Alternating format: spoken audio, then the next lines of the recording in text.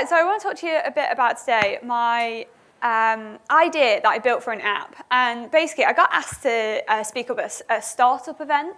And I was like, well, what have I been doing that's useful recently for startups? And I was like, well, I'm not probably scaling my app to millions of people at the moment. But what I am doing is creating something off the back of an idea, creating it very, very quickly, and then actually being able to show it and share it with people.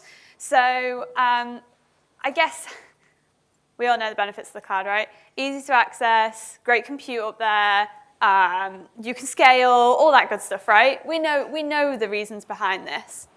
And then there's been this idea, this dawn of artificial intelligence where AI has become all-encompassing. We can solve everything with AI, apparently.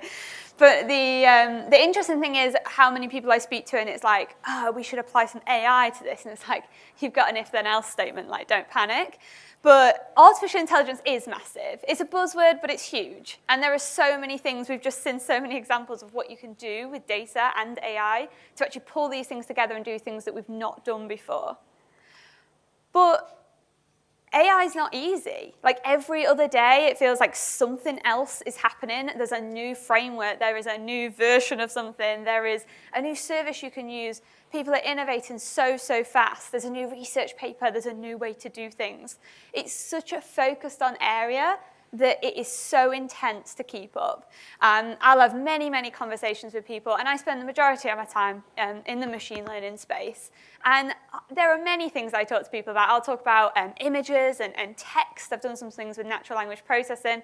But the minute someone in the room puts their hand up and talks about sound, I'm totally out of my depth. Do you know what I mean? So there is such a huge element, and there's so many new things that I actually like to learn a lot from everyone else, as well as sharing, hopefully, what I know with you guys. So if the speed of change is so quick, why are we always encouraging this importance of building? It's so important, I personally think, to build when we do things with AI. We can talk about machine learning until the cows come home. We can do so many mathematical equations. But realistically, if you've ever worked with product managers or engineering teams or C-level executives or business people, they're incredible people, and they do amazing things that I cannot do. But the limits that they think how quickly you can build this stuff is not realistic sometimes. Sometimes machine learning problems will take a lot longer because they're complex, because they're customized. But actually, I do want to promote to you today the importance of building, just getting in there, trying something, and trying to build your problem out. So in this talk today, I want to talk to you about a few different things I've used to build a very quick proof of concept for my idea. So what is my idea? I really like to shop. I think it should be an Olympic sport, or it's considered an addiction as well. So take that whichever way you want to. But I love it. Like, it gives me energy, just like standing up and speaking gives me energy. It's this really interesting thing where I'm always on the edge of being like, oh, like, are you going off to play golf to like my husband? And then head out to the shop straight away. I don't see it as a chore. I don't do it when I just want to go and like, I have to go and get something. That's boring shopping. The exciting shopping is browsing. I spend a lot of time online shopping. They've got me. They get me with their email recommendations. They get me with their 10% off, free postage and packaging every single time. I'm like, oh my God, you know me so well. They know when I get paid, I'm pretty sure. I get millions of emails that day. But the exciting bit about shopping is I like to browse. So when I'm doing online shopping, I'm browsing through websites.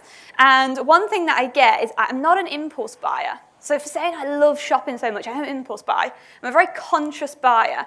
I will research, I will start, I will add to wish lists, I will send to other people for confirmation sometimes.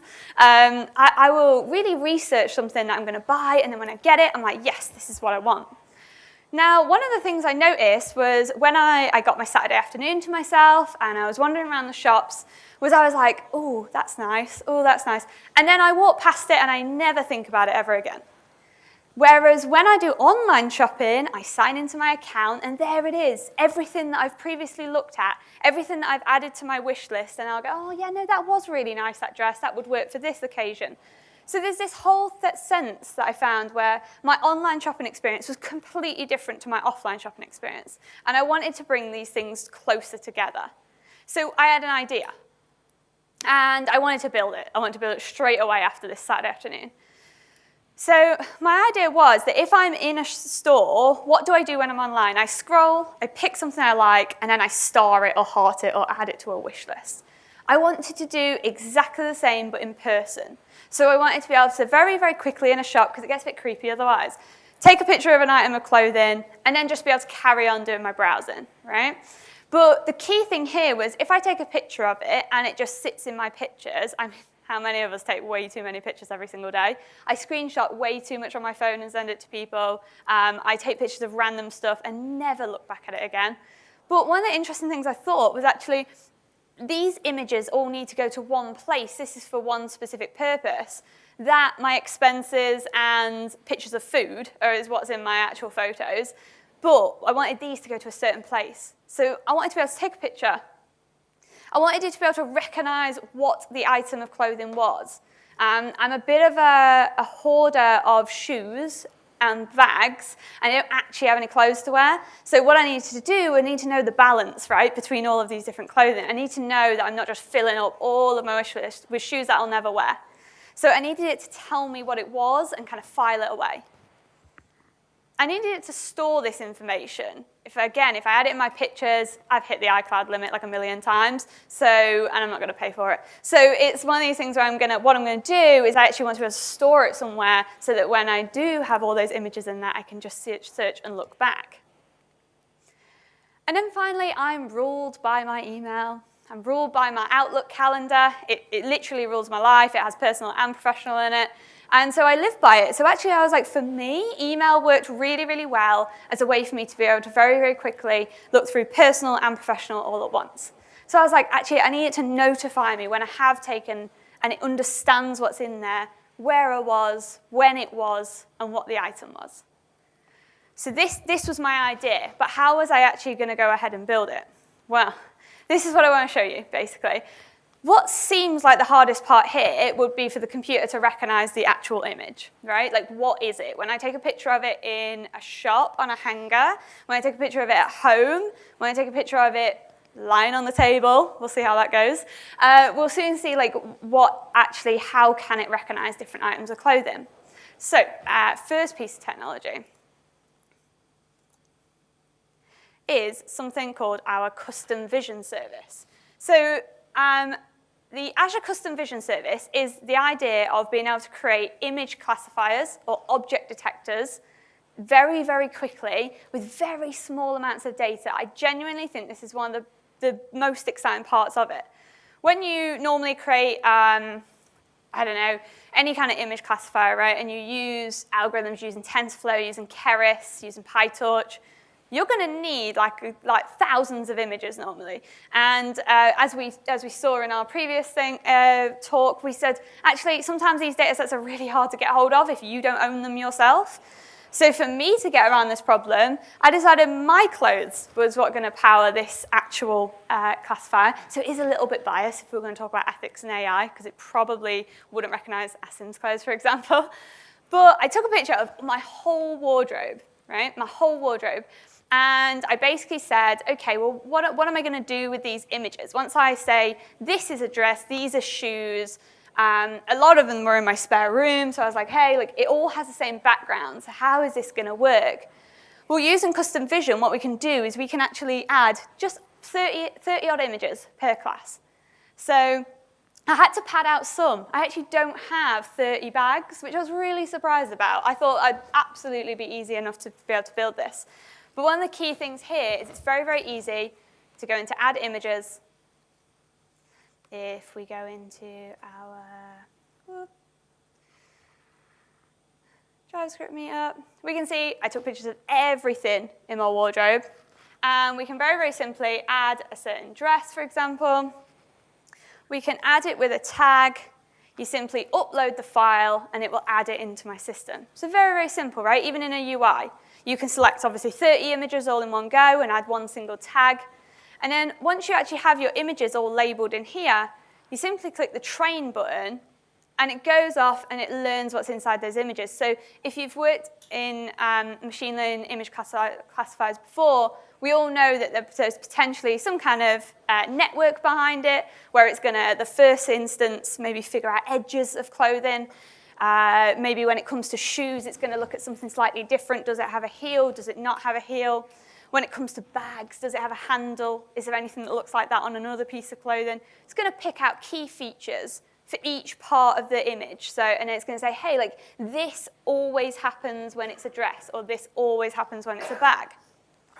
So one of the nice things here is if we go to the Performance tab, after we trained it, it gives us some information. So it actually tells us down at the bottom how well each of the categories do. So on precision, dresses are actually the worst, even though I think I have one of the higher amounts of images in dresses. So why is that? Is it because there's lots of different types of dresses? Probably. My husband doesn't know how to hang half of them on a hanger, so if he's confused, this is potentially confused. The negative category down here is I didn't want it to be forced to choose. You have to choose. It is everything in as an item of clothing. So when I was testing this app, I suddenly realized when I was taking a picture of the mouse on my desk at home, that I was like, I actually don't want it to classify this. I want this to be everything else. So you can add this negative category, and we encourage that you do, so that actually when you build these models, it goes, whoa, you're not trying to fool me. It's not a dress, it's not a jumper, it's not a bag. It's nothing to do with this algorithm. And it does an okay job of that, and I need to add more information in there. So we've trained everything in a UI. You can do it via SDKs, and there's SDKs for all sorts of different languages. You can do it via the API as well, and just post images to the API, and it will allow you to do that in bulk as well. So there's very, very neat ways to be able to interact with code, but from the start off, to just quickly get 30 images for each category, this is, I would say, probably via the UI is the best way to go. What about when we actually want to call this sort of UI? Well, what we can do is we can actually publish it, and it gives us all the information we need to make a very, very simple REST request. I'm sure you guys are probably more fluent in REST APIs and calling APIs than I am.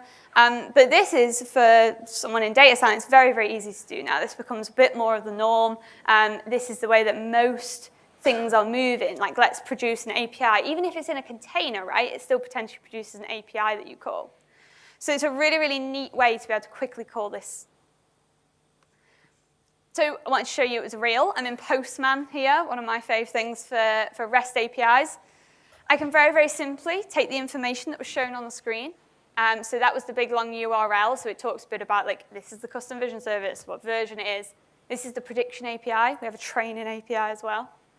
It has what iteration it is. So given that you will train different algorithms over time, like, which version of it do you want to use? I didn't dare upgrade it to iteration 3 because I haven't tested it on my items in a demo, but I will be doing that after this talk. So I choose iteration 2. I give it my key, and then in the body of this one, I'm just going to give it a URL of an image that's in my storage. So very, very basic. The minute you get into submitting images via REST, it's got to be broken down. It's got to be a certain, obviously, like the OctoStream type stuff. And so I was like, oh, I'm not going to worry about that right now. This is a quick proof of concept, right? So if I send that request, it goes off, and what it's going to give me back is a JSON result that we can very, very easily break down. So it's done one request, but it will analyze that image for every category.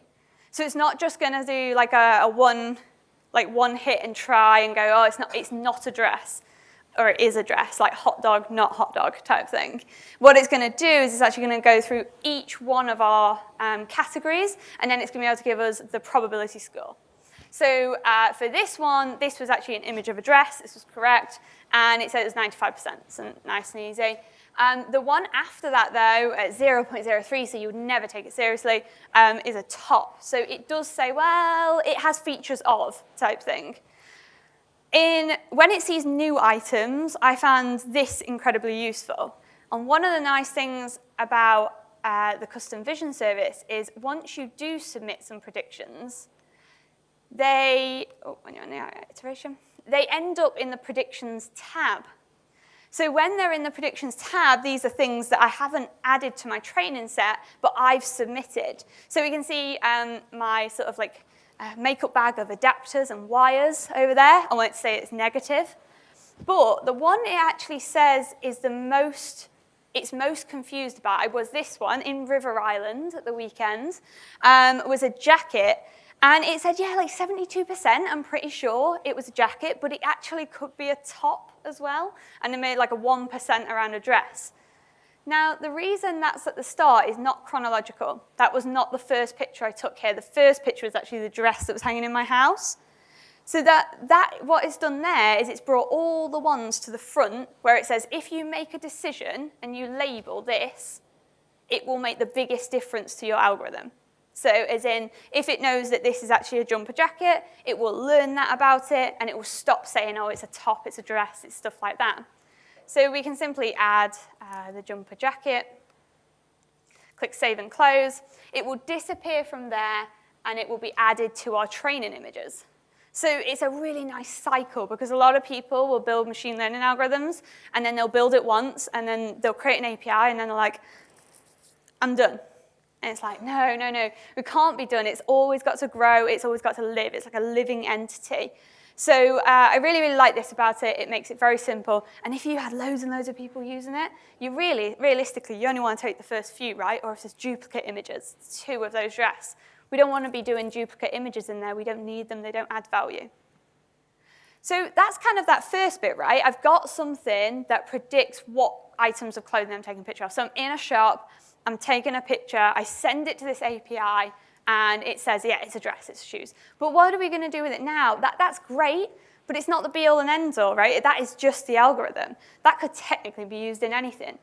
The end-to-end is the most interesting part. So I wanted to show you something else, which is called Azure Logic Apps. Logic Apps it's basically a service where you use no code to make what I deem a process pipeline. So when I was looking at this, I was like, from like a data scientist point of view, so I'm not an app developer. I have to be totally honest with you, not an app developer. So if I started to have to build out, okay, right, it's going to go here, then I'm going to create this little piece of code that's going to do this to it, and all of this, it would take me so long just because I'm not well versed in that. Other people in the room, it wouldn't. But in case this is you as well, Logic Apps is a really, really nice visual way, if we go to this Logic App Designer, to actually set up a process. So once I have something, this image, what do I want to do with it? So there was a really nice part of this Logic App service called Event Grid. An event grid is when different items are triggered in your cloud account, in your Azure account, and when they're triggered, it will say, something's happened, like a blob was created, so an image was basically added. So when I took that picture, it sends it to the cloud, sends it to storage in the cloud. And when it does that, it triggers this process. If that doesn't happen, it doesn't do anything. So it only works when something is dropped in, a new image. Once that new image is dropped in, everything in the cloud has some kind of JSON string, it feels, to it. So when I drop that image in there, I can actually access loads of different information about it.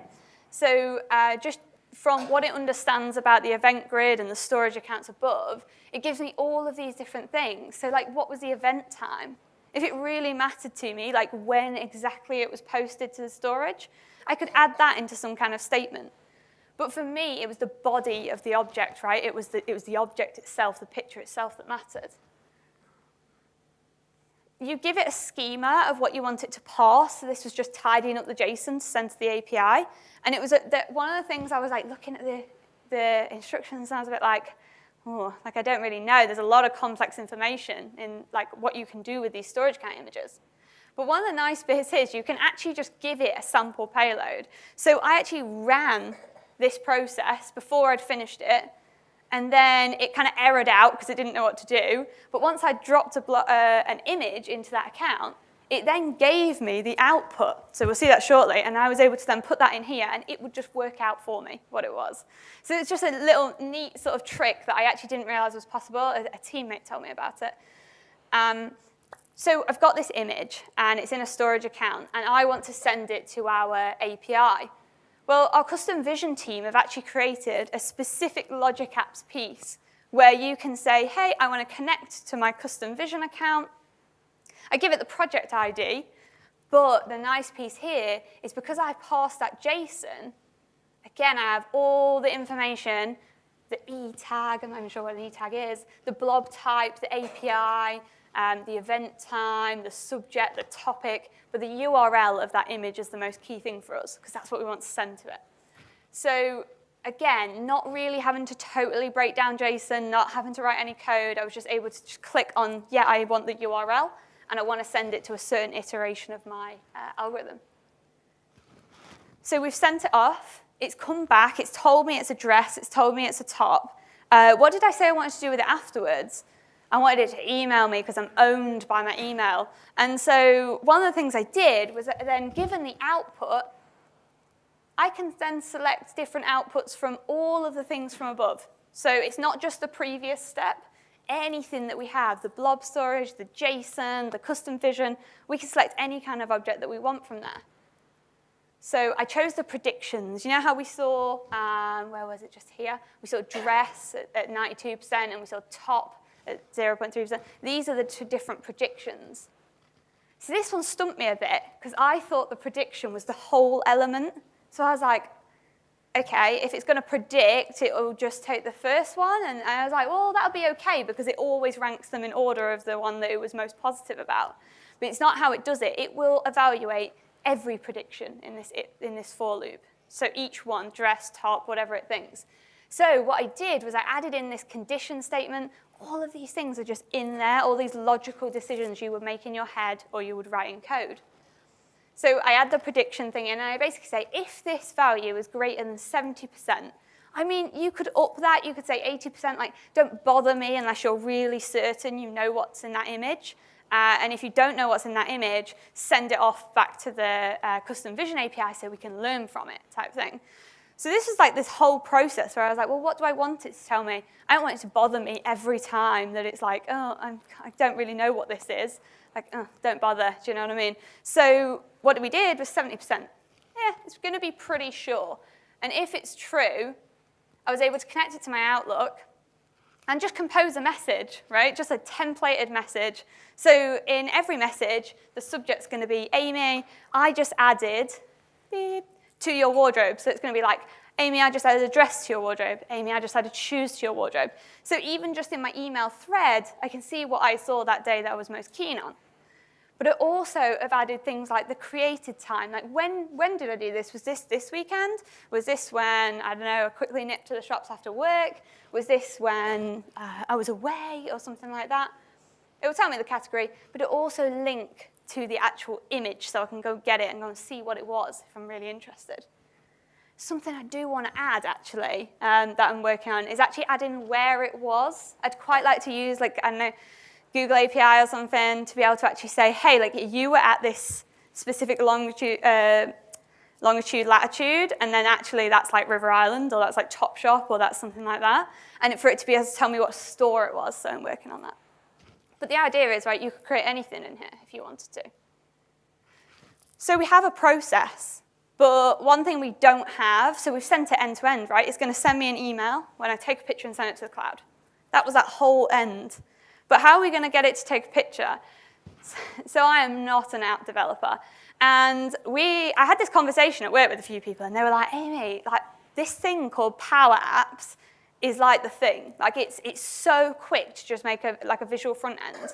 And I was like, I feel like I'm like neglecting the coder inside me, like the previous developer before I got into data science. And I was like, I don't feel like this is right. It felt very uncomfortable. But actually, there's this service in Office called Microsoft PowerApps.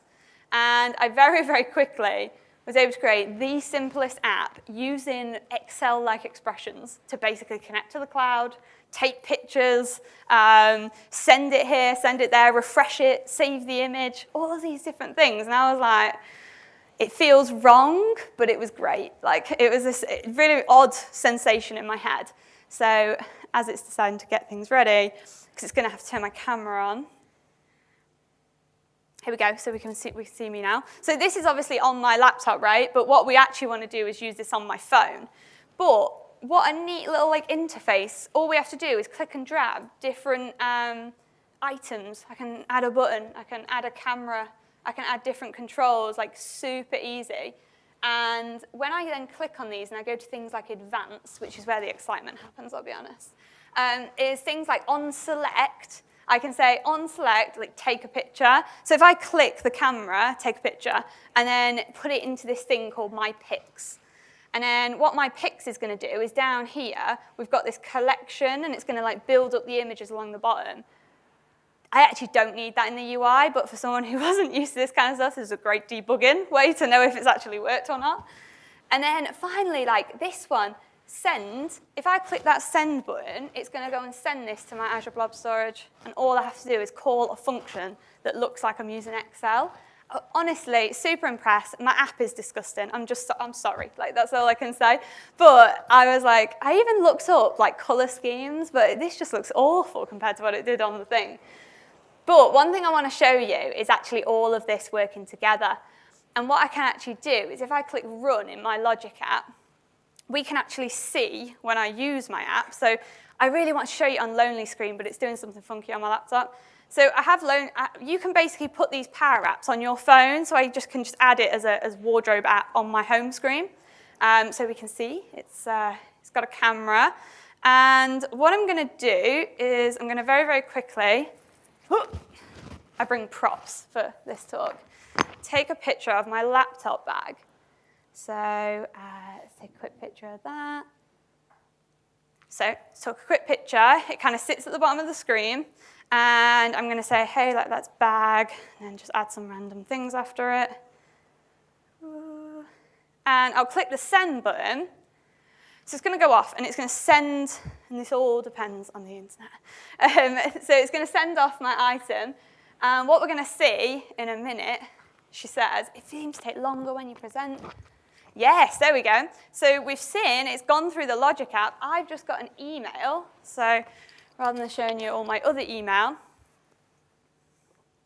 I've got a neat little email here. So it's just said, new item was added to your wardrobe. Amy, I just added a bag to your wardrobe. And if I click on the link to my Azure storage, I can see the exact photo that I took, right?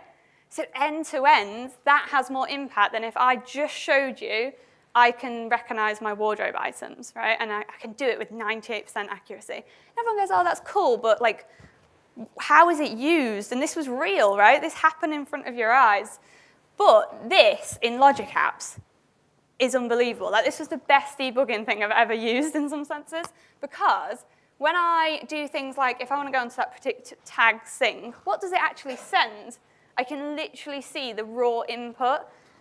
So what is it sending? How is it sending it? So when I was getting blockers and stuff like that, especially with the JSON, I was very, very confused. So what I did was I went to the event grid, and I went to the outputs, and I just copied and pasted that whole thing, put it into that payload, and it decided what it needed from it. And I was like, what a time saver. So yeah, that is my kind of app end to end using 3 services, 0 code. I mean, I did a bit of REST calls and Postman. But realistically, it was all about the story, right? It was all about how quickly can I make this app that's going to support me in doing what I wanted to do, bringing the online version to the offline experience, which I think we kind of want to do in most cases, or we want to augment an offline experience, or we want to make things just easier as well, so rather than me having to remember things. So that was kind of a little bit about my idea. My idea was simple. My idea was fairly basic for kind of an app developer probably. But then on the machine learning side, how could I very quickly build this end-to-end? So what did I use? I used this thing called the Azure Custom Vision service. A service you can upload 30 images per class, click a green train button, and it will build you an image classification model. It's built on something called transfer learning, if you've ever heard of transfer learning. So the model underneath is fairly generic, and then you give it that final layer of kind of detail, and the detail here was my wardrobe. So dresses and bags and shoes and stuff like that. I can call that as an API, and if I can call it as an API, I can use things like Azure Logic Apps to plug it all together. I consider this the glue. I don't feel like we can call it that because I think there's services on from other providers called that. But it's the glue that sticks things together, right? It's the glue that brings together my machine learning element with real life. So after I use Logic Apps, my downside is my app development skills are basic, is an understatement. So I tried it. Someone asked me, I tried it. They were right. It was fairly simple. It's quite exciting, and this actually empowers anyone. So say you were in an engineering team, and let's be honest, the software engineers have enough to do, and all the plumbing of an app and all of the logic that sits behind it, the business logic and the connecting to databases. Actually, why don't you get your project manager to like start, chipping in a little bit? I'm joking. But they could actually build something like this, right? Like if they have the vision, they could build it. So there was a great example, a guy in Heathrow, I think he was literally at like baggage claim, created an app for baggage claim, and they actually use it at Heathrow, and he used this stuff. So, super exciting to see that anyone can get a hold of this. Some of the advanced features are pretty intense. Like it took me a little bit of time to figure some of it out, but once you kind of got there, it made a bit more sense. So Microsoft PowerApps, feel free to have a go. It's a neat little proof of concept tool. So, I don't know how long that took me. Oh, we might be okay. 0 to AI in 30 minutes. Some of the key takeaways, I always like to just give you basically the links to stuff. If you want to go to some information about the custom vision stuff, go to that link. Logic Apps, there's some great documentation and samples. PowerApps is neat, lots of documentation. So like take your time to kind of pick and choose what you're trying to do. I did a lot of Google searching. And then try it yourself. I built something very, very similar for an AI like beginner workshop. It's all on GitHub. You can go through exactly the same process, but I'm not giving you the pictures of my clothes because that's a bit weird. So it's dogs, different breeds of dogs, but it's just as exciting because dogs look really cute. So AI Nights for beginners, it goes through all of this process. You build a Logic app with it, and that's always going to be there. I'm going to be updating that as well soon. So yeah, thanks very much. If anyone has any questions, feel free.